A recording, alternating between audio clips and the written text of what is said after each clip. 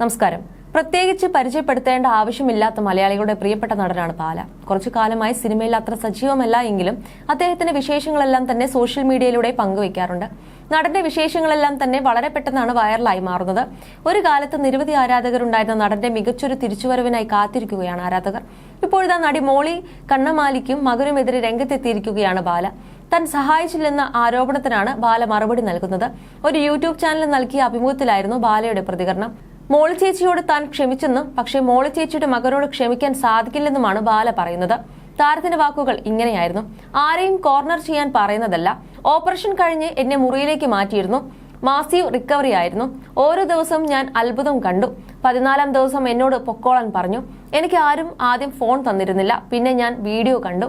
ആശുപത്രിയിൽ വെച്ചാണ് എന്റെ കണ്ണു നിറഞ്ഞുപോയി. എന്നെപ്പറ്റി കുറ്റം പറയുകയാണ്. മോളി ചേച്ചിയെ ഞാൻ ഒരു പരിപാടിയിൽ വെച്ച് കണ്ടിരുന്നു. എന്റെ അടുത്ത് നിൽക്കുകയായിരുന്നു. ചേച്ചി സുഖമായിരിക്കുന്നുവോ എന്ന് ചോദിച്ചു. സുഖമായിരിക്കുന്നുവെന്ന് അവർ പറഞ്ഞു. ഞാൻ ചത്തുപോകുമെന്ന് കരുതിയോ? ചത്തിട്ടില്ല, ജീവിച്ചിരിപ്പുണ്ട് എന്ന് ഞാൻ അവരോട് പറഞ്ഞു. ഒരു ദിവസം എനിക്കൊരു കോൾ വന്നു. മോളി ചേച്ചിയുടെ മോനാണ്, ആശുപത്രിയിലാണ്, ബില്ലടയ്ക്കാൻ കാശില്ലെന്ന് പറഞ്ഞു. നീ എവിടെയാണുള്ളത്? പാലാരിവട്ടത്താണ്. ഇവിടെ തന്നെയാണ് എന്റെ വീട്, ഇങ്ങോട്ട് വാ എന്ന് പറഞ്ഞു. അയാൾ നടന്നാണ് വന്നത്. അവന് 10,000 കൊടുത്തിട്ട് പോയി ഫീസ് അടയ്ക്കാമെന്ന് ഞാൻ പറഞ്ഞു. ഇതൊരു തെറ്റാണോ? ചോദിച്ച് 10 മിനിറ്റിൽ ഞാൻ 10,000 കൊടുത്തു. വീണ്ടും വന്ന് മരുന്നിന് കാശ് ചോദിച്ചു, കൊടുത്തു. വീണ്ടും വന്ന് സ്കാനിങ്ങിന് കാശ് ചോദിച്ചു, ഞാൻ കൊടുത്തു. വീണ്ടും വരുന്നു. ആശുപത്രിയിൽ കൺസെഷൻ വേണം. ഞാൻ ആശുപത്രിയിൽ പറയാമെന്ന് പറഞ്ഞു. ഇതിനെ ഞാൻ തളർന്നു വീണ് ആശുപത്രിയിലായി. തിരിച്ചു വരുമ്പോൾ ഞാൻ കാണുന്ന കാഴ്ച ഇതാണ്. 2 മക്കളാണുള്ളത് അവർക്ക്. 6 ആണുങ്ങളുണ്ട് മൊത്തം അവരുടെ വീട്ടിൽ. അത്രയും ആണുങ്ങൾ വിചാരിച്ചാൽ 5 ലക്ഷം രൂപ അടച്ച് ജപ്തി ഒഴിവാക്കിക്കൂടെ? അവന് എന്തെങ്കിലും അസുഖമുണ്ടോ? കാലിനും കൈക്കും വയ്യേ. മോളി ചേച്ചി ഈ പ്രായത്തിലും കഷ്ടപ്പെടുന്നുണ്ട്.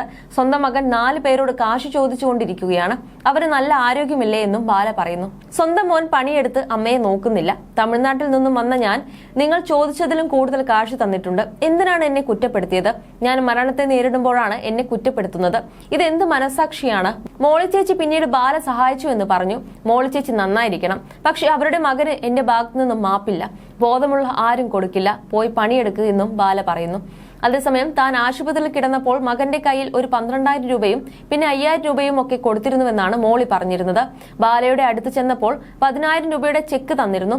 ചേച്ചിക്ക് മരുന്ന് മേടിക്കാനും ചെലവിനും മാത്രമാണിതെന്നും പറഞ്ഞു. ചെന്നപ്പോൾ തന്നെ ചേച്ചി 5,000 വേണോ 10,000 വേണമോ എന്നാണ് ചോദിച്ചത്. മകൻ തരുന്നത് എന്താന്ന് വെച്ചാൽ ചേച്ചി സ്വീകരിക്കുമെന്ന് ഞാൻ മറുപടി കൊടുത്തുവെന്നുമാണ് മോളി പറഞ്ഞിരുന്നത്.